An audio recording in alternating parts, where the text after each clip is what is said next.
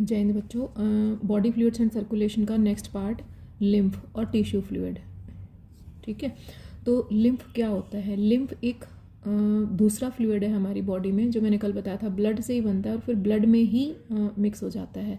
जो ब्लड है हमारी बॉडी में वो बॉडी पार्ट से हार्ट और हार्ट से बॉडी पार्ट दोनों डायरेक्शन में फ्लो होता है, लेकिन जो लिम्फ है ये केवल बॉडी पार्ट से हार्ट की तरफ फ्लो होता है, वन वे फ्लो होता है। जब ये वेना केवा के अंदर एंटर होता है फिर ये ब्लड में ही मिक्स हो जाता है। ठीक है, तो एक ये मेन डिफरेंस है ब्लड और लिम्फ में। दूसरा, ब्लड हमारा रेड कलर का होता है और लिम्फ क्या होता है? कलरलेस होता है, क्योंकि इसमें आरबीसीज नहीं होती। तो इसको टिश्यू फ्लूइड भी बोला जाता है। क्यों बोला जाता है और कैसे बनता है? देखो, एक सिंपल से डायग्राम से इसको एक्सप्लेन करते हैं। कोई आर्टरी है, वो आर्टरी ब्लड लेके आई, किसी भी बॉडी पार्ट में लेके आई, तो जैसे ही वो किसी बॉडी पार्ट में ब्लड लेके आएगी वो कैपिलरीज में टूट जाएगी। क्यों टूट जाएगी? क्योंकि आर्टरीज की जो वॉल हैं वो थिक होती हैं, उनके थ्रू एक्सचेंज ऑफ सब्सटेंसेस नहीं हो सकता। और आर्टरी ब्लड लेके क्यों आई है? क्योंकि यहाँ पे कुछ चीज़ों का एक्सचेंज होना है। ठीक है ना, तो अगर ये थिक वॉल है तो एक्सचेंज नहीं हो सकता, तो इसलिए कैपिलरीज में टूट जाएगी। जब ये कैपिलरीज की वॉल के थ्रू एक्सचेंज ऑफ सब्सटेंसेस हो रहा होता है, ये मान लो ये हमारी बॉडी सेल्स हैं। ठीक है, इनमें ऑक्सीजन जा रही है, इन बॉडी सेल से CO2 यहाँ जा रही है। क्यों? क्योंकि कॉन्सेंट्रेशन यहाँ पे ऑक्सीजन की ज़्यादा है, यहाँ पे कम है, तो यहाँ जाएगी। ठीक है, फिर ये फूड भी लेके आई हैं, ग्लूकोज भी मान लिया लेके आई हैं, तो वो ग्लूकोज की कॉन्सेंट्रेशन यहाँ ज़्यादा है, यहाँ पे वो यूटिलाइज हो चुका है, कम है, तो ग्लूकोज फूड भी यहाँ से यहाँ जाएगा। और वेस्ट, फिर ये वेस्ट बना रहा है, CO2 बना रही है ये सेल्स। ठीक है ना, तो वो वेस्ट और वो CO2 कहाँ जाएगा? इन कैपिलरीज में चला जाएगा। और ये फिर कैपिलरीज ज्वाइन होके क्या बनाएंगी? वेन्स बनाएंगी। जब ये एक्सचेंज ऑफ सब्सटेंसेस चल रहा होता है तब यहाँ पे इन कैपिलरीज की वॉल में पोर्स होते हैं। उन पोर्स के through some amount of plasma along with the WBC, ठीक है, WBC स्क्वीज आउट होके आ जाती हैं, वो अपनी शेप चेंज कर सकती हैं, RBC नहीं आती हैं।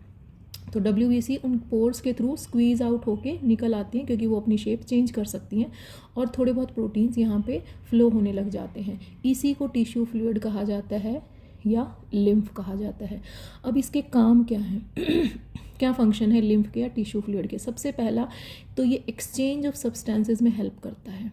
ठीक है, it helps in exchange of material between the आपकी capillaries and the body cells. ठीक है, एक्सचेंज में हेल्प करता है, न्यूट्रिएंट्स, गैसेस, हार्मोन्स एक्सेट्रा। दूसरा ये क्या काम करता है? लिम्फ जो है, अब ये एक्स्ट्रा अगर यहीं पे ये टिश्यू फ्लूइड भर जाएगा तो ऐसे तो फिर क्या होगा? यहाँ पे लिम्फ एक्यूमुलेट होता रहेगा?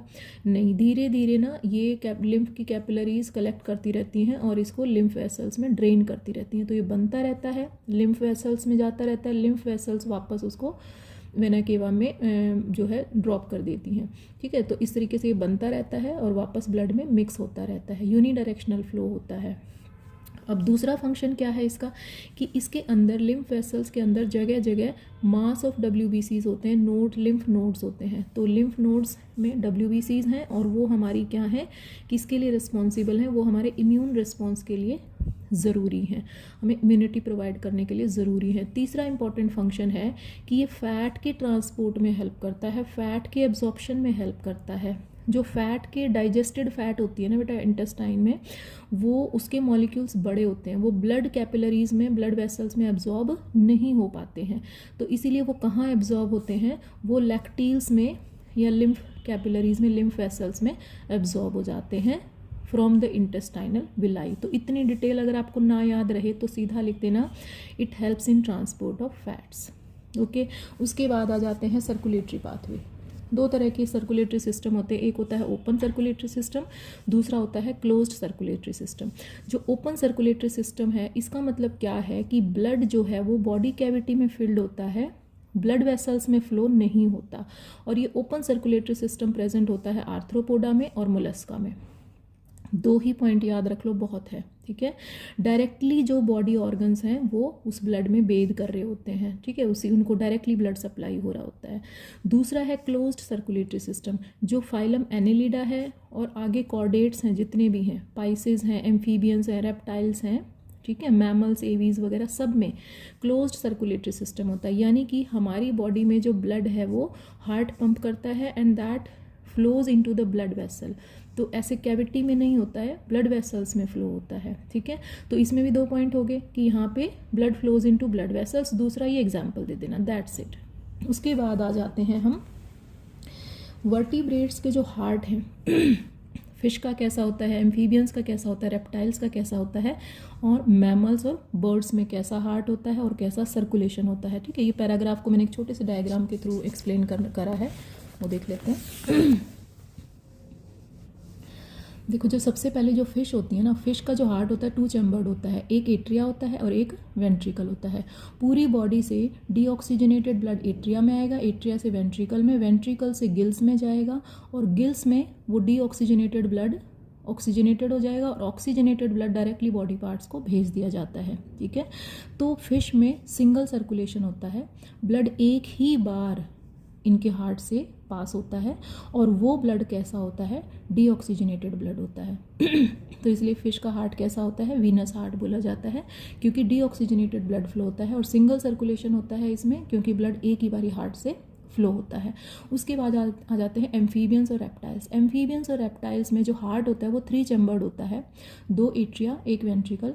इधर वाले एट्रिया में डीऑक्सीजनेटेड आएगा, इधर ऑक्सीजनेटेड आएगा, लेकिन जब वेंट्रिकल में वो ब्लड आएगा तो वो मिक्स हो जाएगा, और वो मिक्स ब्लड ही बॉडी को सप्लाई होता है, ठीक है। इसी तरीके से रेप्टाइल्स में, तो इनमें इनकम्प्लीट डबल सर्कुलेशन है, एम्फीबियंस में भी और रेप्टाइल्स में भी, एक्सेप्ट क्रोकोडाइल, क्योंकि क्रोकोडाइल का हार्ट कैसा होता है, 4 चैम्बर, ये आपने 10th में भी पढ़ा है। उसके बाद एवीज और मैमल्स का हार्ट कम्प्लीटली 4 चैम्बर्ड होता है। मैमल्स का हम डिटेल में पढ़ेंगे, तो आपने 10th में भी किया है, तो और आपको डिटेल में अच्छे से पता चल जाएगा कैसे कम्प्लीटली 4 चैम्बर्ड सेपरेटेड हैं। तो यहाँ पे कंप्लीट डबल सर्कुलेशन होता है। अब इसमें एक और पॉइंट हम क्लियर करेंगे, जो ये हैं आपके फिश हैं, एवीज फिश हैं, आपके एम्फीबियंस एंड रेप्टाइल्स हैं, पाइसेस, एम्फीबियंस एंड रेप्टाइल्स, ये कोल्ड ब्लडेड होते हैं। कोल्ड ब्लडेड यानी कि ये अपना बॉडी टेम्परेचर बाहर के अकॉर्डिंग चेंज करते रहते हैं, तो इनको पोइकिलोथर्म्स बोला जाता है। और जो एवीज और मैमल्स हैं उनको वार्म ब्लडेड एनिमल्स बोलते हैं, मतलब बाहर का टेम्परेचर चाहे कुछ भी हो, ये अपना बॉडी टेम्परेचर मेंटेन करके रखते हैं, ठीक है। That is why these are called as homeotherms और वार्म ब्लडेड एनिमल्स। और इनमें सर्कुलेशन कैसा होता है, कंप्लीट डबल सर्कुलेशन होता है, और इनका हार्ट भी कैसा होता है, कंप्लीटली 4 चैम्बर्ड होता है। तो अब हम ह्यूमन हार्ट की स्ट्रक्चर थोड़ी डिटेल में करेंगे। नेक्स्ट पेज पे आ जाते हैं। जो हमारा हार्ट है, ह्यूमन हार्ट है, वो कौन सी जर्म लेयर से ओरिजिनेट होता है, मीजोडर्म से। तो इसीलिए हमारा हार्ट मीजोडर्मली डिराइव्ड ऑर्गन है। ये 1 मार्क में कई बार क्वेश्चन आ जाता है कि हार्ट कौन सी जर्म लेयर से बनता है, ठीक है। कहाँ प्लेस्ड होता है, हमारी चेस्ट कैविटी में। चेस्ट कैविटी को कहते हैं थोरेसिक कैविटी में, दोनों लंग्स के बीच में प्लेस्ड हुआ होता है। स्लाइटली लेफ्ट की तरफ टिल्टेड होता है, ये देख लो, थोड़ा सा टिल्टेड है और लेफ्ट की तरफ टिल्टेड है, ऐसे डायफ्राम पे प्लेस्ड होता है, और दोनों लंग्स के बीच में होता है, ठीक है। तो अब इसका साइज़ कितना होता है, एक हमारी जो बंद मुट्ठी होती है ना, ऐसे क्लेंस्ड फिस्ट, हमारी बंद मुट्ठी के आकार का होता है इसका साइज़, और ये डबल वॉल्ड मेम्ब्रेनस बैग से प्रोटेक्टेड होता है, और उस प्रोटेक्टिव वॉल को कहते हैं पेरिकार्डियम। हार्ट की कवरिंग को क्या कहते हैं, पेरिकार्डियम। और इनक्लोजिंग द पेरिकार्डियल फ्लूइड, एक फ्लूइड भी होता है जिसको कहते हैं पेरिकार्डियल फ्लूइड। हमारे हार्ट में 4 चैम्बर होते हैं। जो ऊपर वाले 2 चैम्बर होते हैं जो थोड़े छोटे होते हैं उनको कहते हैं एट्रिया। इस डायग्राम में देखो, एक एट्रिया ये है और एक एट्रिया ये है, ठीक है। और 2 नीचे वाले चैम्बर होते हैं जिनको कहते हैं वेंट्रिकल्स। एक वेंट्रिकल ये है, एक वेंट्रिकल ये है। ये वाला हमारा हार्ट का राइट पार्ट है, ये हमारे हार्ट का लेफ्ट पार्ट है। पहले मैं इसमें से समझा देती हूँ, फिर इसमें से हम रीड कर लेंगे, कोई पॉइंट छूट ना जाए। तो ये हमारा हार्ट जो है एक सेप्टम के द्वारा 2 पार्ट में डिवाइडेड होता है, right part and left part, ठीक है। Upper smaller chambers are called as atrium और atria, and the lower larger chambers are called as ventricles, ठीक है। इतना क्लियर है। उसके बाद a thin muscular wall called the inter atrial septum separate the right and left atria. Right और left atria के बीच में एक थिन सी वॉल होती है, ठीक है, मस्कुलेचर होती है। और जो वेंट्रिकल्स हैं, थिक वॉल्ड इंटरवेंट्रिकुलर सेप्टम, जो वेंट्रिकल्स के बीच में सेप्टम है वो थोड़ा सा थिक वॉल्ड होता है, ठीक है, जिसको कहते हैं atrioventricular septum. Each septa are provided with an opening through which the 2 chambers of the same side are connected, यानी कि ये दोनों और ये दोनों कनेक्टेड हैं, ठीक है ना, क्यों, किसके थ्रू कनेक्टेड हैं, वाल्व के थ्रू कनेक्टेड हैं। इनको कहते हैं एट्रियोवेंट्रिकुलर वाल्व। इधर वाला जो वाल्व है ये है ट्राइकस्पिड वाल्व। ये जो आपको बंडल से दिखाई दे रहे हैं ना, ये इसमें 3 कस्प्स हैं, 1 2 3। यहाँ पे देखो, यहाँ पे 2 कस्प्स हैं, इसलिए इसको कहते हैं बाइकस्पिड वाल्व। बाइकस्पिड वाल्व को मिट्रल वाल्व भी बोला जाता है और इसको कहते हैं ट्राइकस्पिड वाल्व। इनके नाम ध्यान रख लेना। इन वाल्व का काम ये होता है, ये यूनिडायरेक्शनल ओपन होते हैं, मतलब इसी डायरेक्शन में ओपन होते हैं। जब इधर से प्रेशर पड़ेगा ना ब्लड का, तो ये वाल्व जो है वो ना वो बंद हो जाएंगे। जैसे आपका डोर है, एक साइड से प्रेशर डालोगे तो वो खुल जाता है, और दूसरी साइड अगर उसको आप खोलना चाहोगे ना तो वो बंद हो जाता है। सेम यहाँ पे, जब यहाँ से यहाँ ब्लड आ रहा होगा तो ये ओपन होंगे, लेकिन जब यहाँ ये वेंट्रिकल जब कॉन्ट्रैक्ट होंगे, प्रेशर पड़ेगा ब्लड का, तो ये वाल्व क्या हो जाते हैं, क्लोज हो जाते हैं। ठीक है ना। तो अब जो है हम देखते हैं कि कौन सी ब्लड वेसल्स हैं जो ब्लड कैरी कर रही हैं यहाँ पे। एक बार ये स्ट्रक्चर ही पूरा देख लेते हैं, फिर हम इसको रीड करेंगे।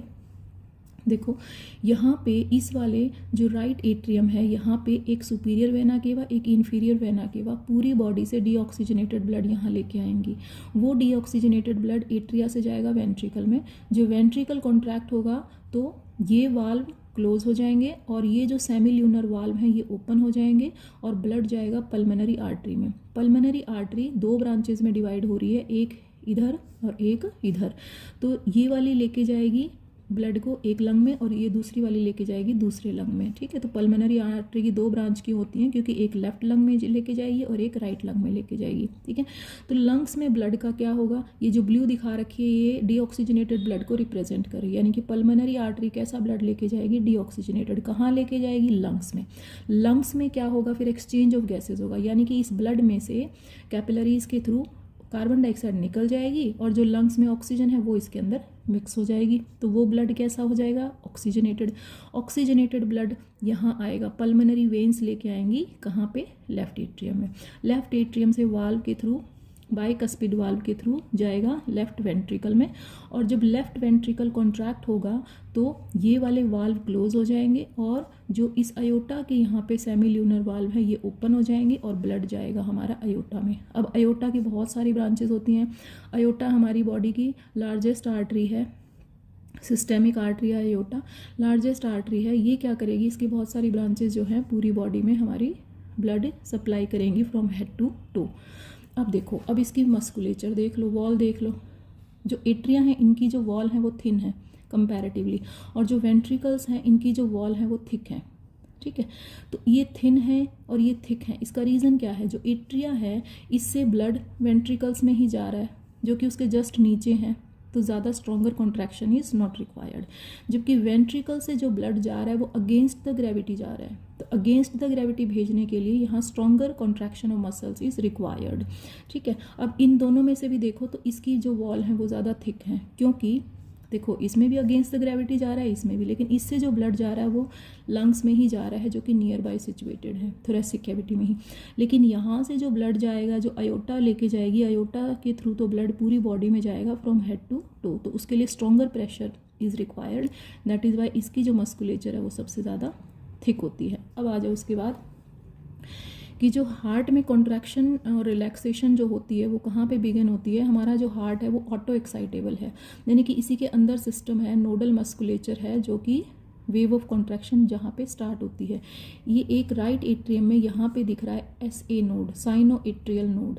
यहाँ पे वेव ऑफ कॉन्ट्रैक्शन स्टार्ट होती है, इसको नेचुरल पेसमेकर भी बोला जाता है। वो वेव ऑफ कॉन्ट्रैक्शन दोनों एट्रिया में स्प्रेड होगी, यानी कि दोनों एट्रिया साथ साथ कॉन्ट्रैक्ट होंगे। फिर वो वेव ऑफ कॉन्ट्रैक्शन जाएगी एट्रियोवेंट्रिकुलर नोड, AV नोड में। AV नोड से फिर वो यहाँ जाएगी आपके इंटरवेंट्रिकुलर सेप्टम में, और ये बंडल ऑफ हिस, और इसमें से जो ब्रांचेस दिखाई दे रही हैं these are called as Purkinje fibres. तो इस तरीके से ये वेव ऑफ कॉन्ट्रैक्शन फिर कहाँ चली जाएगी, वॉल्स ऑफ वेंट्रिकल्स में, यानी कि पहले एट्रिया कॉन्ट्रैक्ट होंगे और उसके बाद क्या कॉन्ट्रैक्ट होंगे, वेंट्रिकल्स कॉन्ट्रैक्ट होंगे। एट्रियल कॉन्ट्रैक्शन को बोलते हैं एट्रियल सिस्टोल, वेंट्रिकुलर कॉन्ट्रैक्शन को बोलते हैं वेंट्रिकुलर सिस्टोल, और जब हार्ट के चारों चैम्बर रिलैक्सेशन स्टेट में होते हैं उसको कहते हैं जॉइंट डायस्टोल। ठीक है। मेरे ख्याल से इतना पॉइंट आपका हार्ट के बारे में क्लियर हो जाना चाहिए। कोई डाउट है तो आप आपकी ऑनलाइन क्लास जब मैं लूँगी ना तो पूछ सकते हो। तो अब नेक्स्ट पेज पे चलते हैं। इसमें से कोई ऐसा पॉइंट है नहीं जो हमने मिस किया है।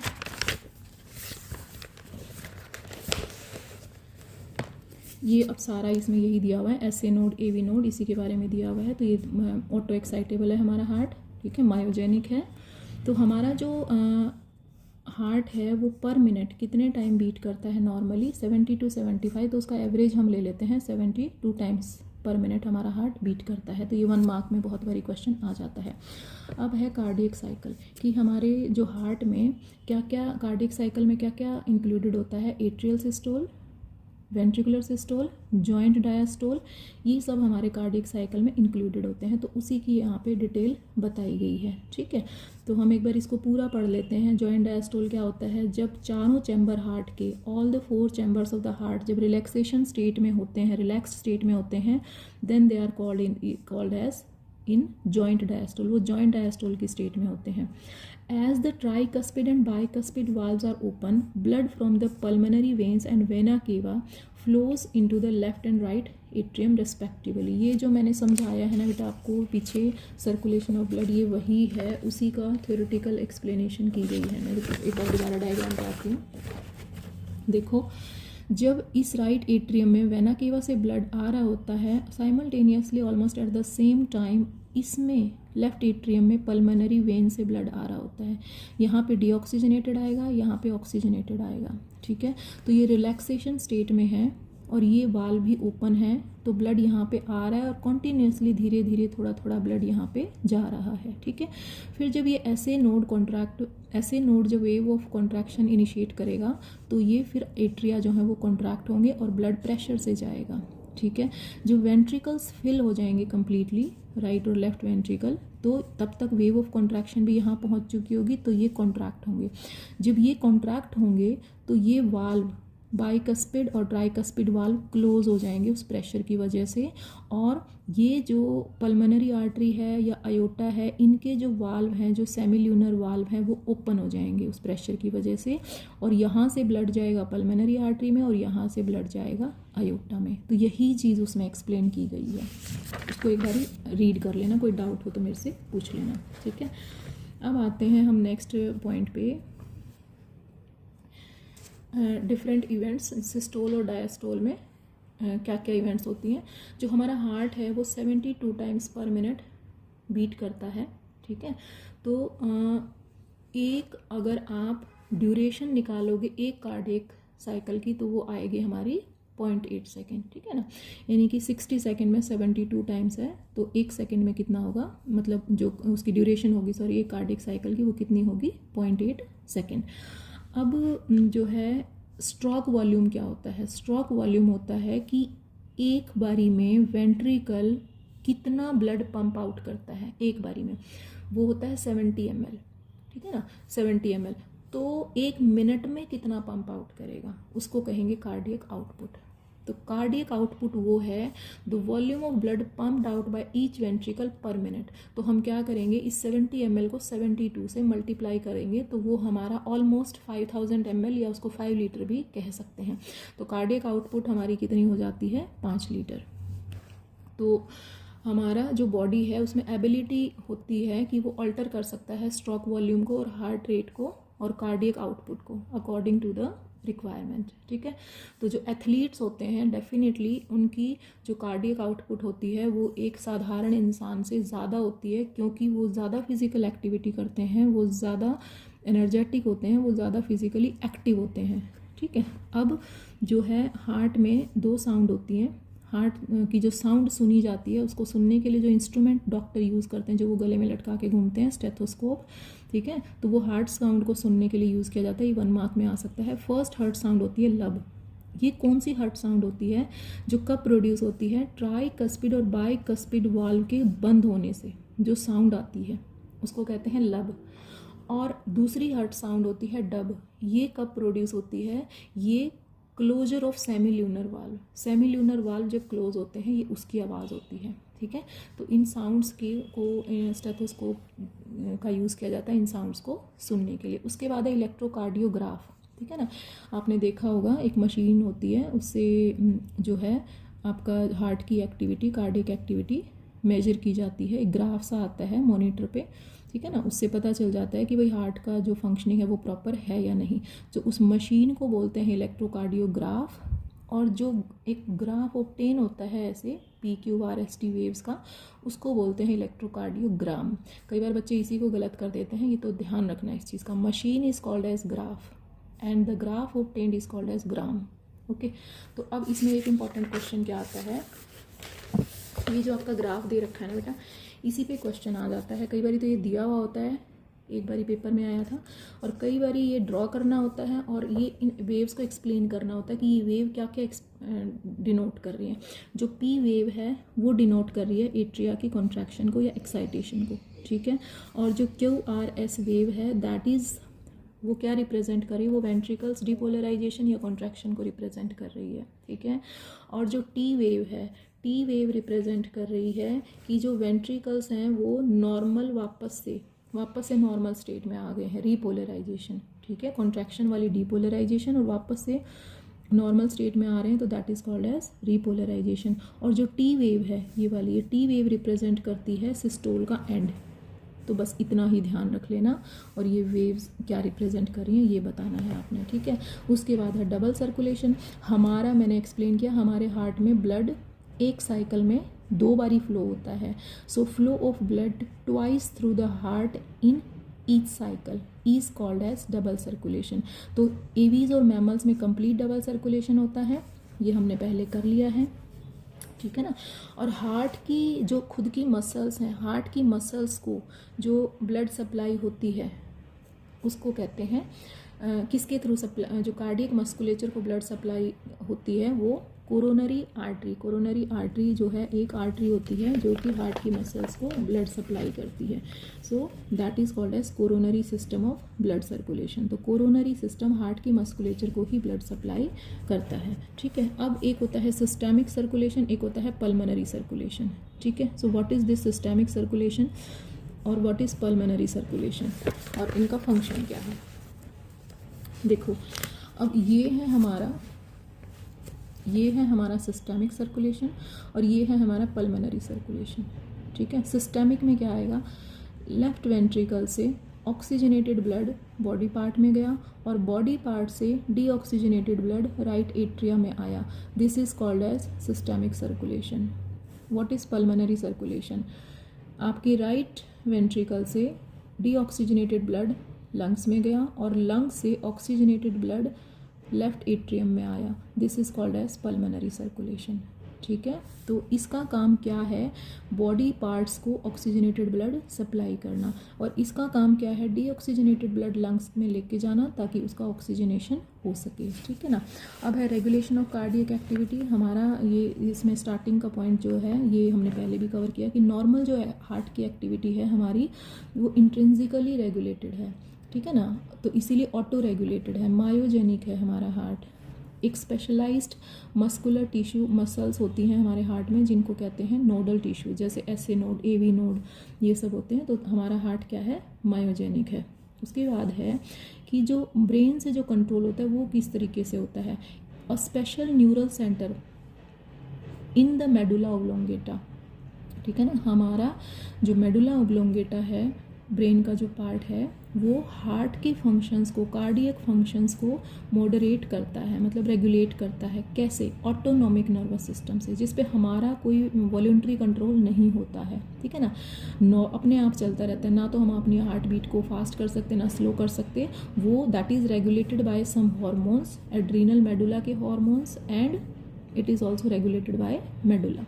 सो न्यूरल सिग्नल थ्रू द, एक होता है इस ऑटोनॉमिक नर्वस सिस्टम के 2 पार्ट होते हैं, एक होता है सिंपैथेटिक, एक होता है पैरासिम्पैथेटिक। जो सिंपैथेटिक नर्वस सिस्टम है वो इंक्रीज करता है रेट ऑफ हार्ट बीट को, याद रखना। सिंपैथेटिक नर्वस सिस्टम क्या करता है, हार्ट बीट के रेट को इंक्रीज करता है और increase the strength of ventricular contraction, और इसीलिए कार्डियक आउटपुट को भी वो इंक्रीज करेगा।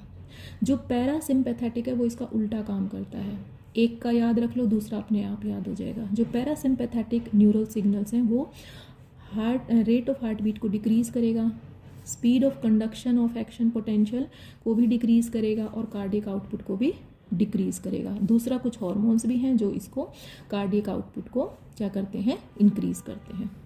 अब पिछले जो लास्ट ईयर का जो फाइनल पेपर था ना, उसमें क्वेश्चन आया हुआ है इस चैप्टर से। क्या क्वेश्चन आया हुआ है, describe various disorders of circulatory system. मैं ये नहीं कह रही कि अब की बार भी यही आएगा, लेकिन अनप्रेडिक्टेबल है।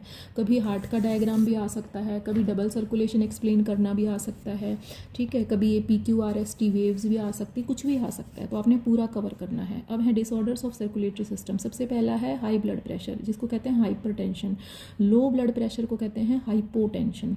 ब्लड प्रेशर मेजर करने के लिए जिस मशीन इंस्ट्रूमेंट का यूज़ किया जाता है उसको कहते हैं स्फिग्मोमैनोमीटर। ये हमारा नॉर्मल ब्लड प्रेशर होता है 120/80 mm ऑफ मरकरी, ठीक है। तो 120 जो है सिस्टोलिक प्रेशर है और 80 क्या है, डायस्टोलिक प्रेशर है। तो 120 mm mercury is the systolic और पंपिंग प्रेशर, और जो 80 mm Hg है वो डायस्टोलिक प्रेशर है, यानी कि रेस्टिंग प्रेशर है, ठीक है ना। तो देखो, जब आर्टरीज़ में हमारा ब्लड जो हार्ट पंप कर रहा होता है, जो वेंट्रिकल्स कॉन्ट्रैक्ट होते हैं और ब्लड पंप करते हैं इन आर्टरीज़ में, तब इनमें जो प्रेशर होगा ब्लड का वो ज़्यादा होगा, उसको कहेंगे सिस्टोलिक। लेकिन जब वेंट्रिकल्स कॉन्ट्रैक्ट नहीं हो रहे, सेमिल्यूनर वाल्व वगैरह क्लोज हैं, तभी भी तो इनमें ब्लड है ना, ऐसा तो है नहीं तब ये खाली हो गए हैं, तब इनमें जो ब्लड का प्रेशर होगा वो कम होगा, उसको कहेंगे डायस्टोलिक प्रेशर। तो ये वो वाला है, ठीक है, ये कॉन्ट्रैक्शन वाला है और ये रिलैक्सेशन वाला है। अगर इस रेंज से ज़्यादा हो, मान लिया इतना हो गया, तो उसको कहेंगे हाई बीपी। हाई बीपी अगर कॉन्टीन्यूसली रहता है, कभी कभार हो गया है कोई प्रॉब्लम की वजह से, तो that is a different thing. लेकिन अगर रेगुलरली किसी इंसान का बीपी बहुत ज़्यादा हाई रहता है, तो अल्टीमेटली उसके ब्रेन और किडनी जो वाइटल ऑर्गन्स हैं उसके उन पर इफेक्ट पड़ेगा ही पड़ेगा। नेक्स्ट है कोरोनरी आर्टरी डिजीज़, जिसको कैड भी बोला जाता है, ठीक है। जो हार्ट की मसल्स को ही ब्लड सप्लाई कर रही है, कोरोनरी आर्टरी, अगर उसी में डिपोजिशन हो जाए, एथीरोस्क्लेरोसिस हो जाए, तो इसका मतलब हार्ट की मसल्स को प्रॉपर ब्लड सप्लाई नहीं मिलेगी। It is caused by deposits of calcium, fat and cholesterol और कुछ फाइब्रस टिश्यू, जिससे कि आर्टरी का जो ल्यूमेन है वो नैरो हो जाएगा। ल्यूमेन मतलब जैसे ये आर्टरी है, इसके अंदर अंदर कुछ कुछ जमता गया धीरे धीरे करके, फैट कोलेस्ट्रोल वगैरह, तो क्या होगा, इसका ल्यूमेन नैरो हो गया। एक पहले इतने पार्ट, इतने चौड़े एरिया में, वॉल्यूम में से जा रहा था ब्लड, अब उसको वो क्या किया, उसके अंदर कुछ कुछ डिपॉजिट हो गया, गंदगी, ठीक है ना, तो उससे इसका ल्यूमेन क्या हो गया, नैरो हो गया। नेक्स्ट है angina. It is also called as angina pectoris. तो इसका एक सिम्टम क्या है, एक्यूट चेस्ट पेन, ठीक है, एक्यूट चेस्ट पेन।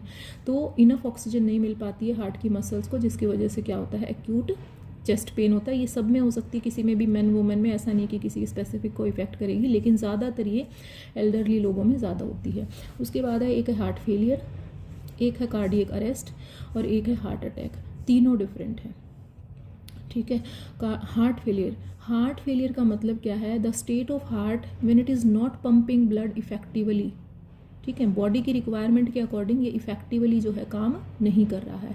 इसको कंजेस्टिव हार्ट फेलियर भी बोला जाता है, क्योंकि कंजेशन ऑफ लंग्स इसका एक मेन सिस्टम है इस डिजीज़ का, ठीक है, वो इसके साथ रहेगा, कंजेशन ऑफ लंग्स। उसके बाद दूसरा है हार्ट फेलियर जो है ये डिफरेंट है। और कार्डियक अरेस्ट में क्या होता है कि heart suddenly stops beating, heart beat रुक जाती है, तो उसको रिवाइव किया जा सकता है अगर टाइमली उसको अटेंड कर लिया जाए, ठीक है, फर्स्ट एड वगैरह से, और टाइमली डॉक्टर मेडिकल अटेंशन मिल जाए। उसके बाद है हार्ट अटैक, कि आपकी जो हार्ट की मसल्स हैं वो सडनली डैमेज हो गई हैं due to inadequate blood supply, so that can lead to heart attack. अब इसके NCERT क्वेश्चंस मैं आपको ग्रुप में भेज दूंगी। चैप्टर मैंने समझा दिया है, कोई डाउट हो तो आप ग्रुप में मैसेज कर देना। Thank you.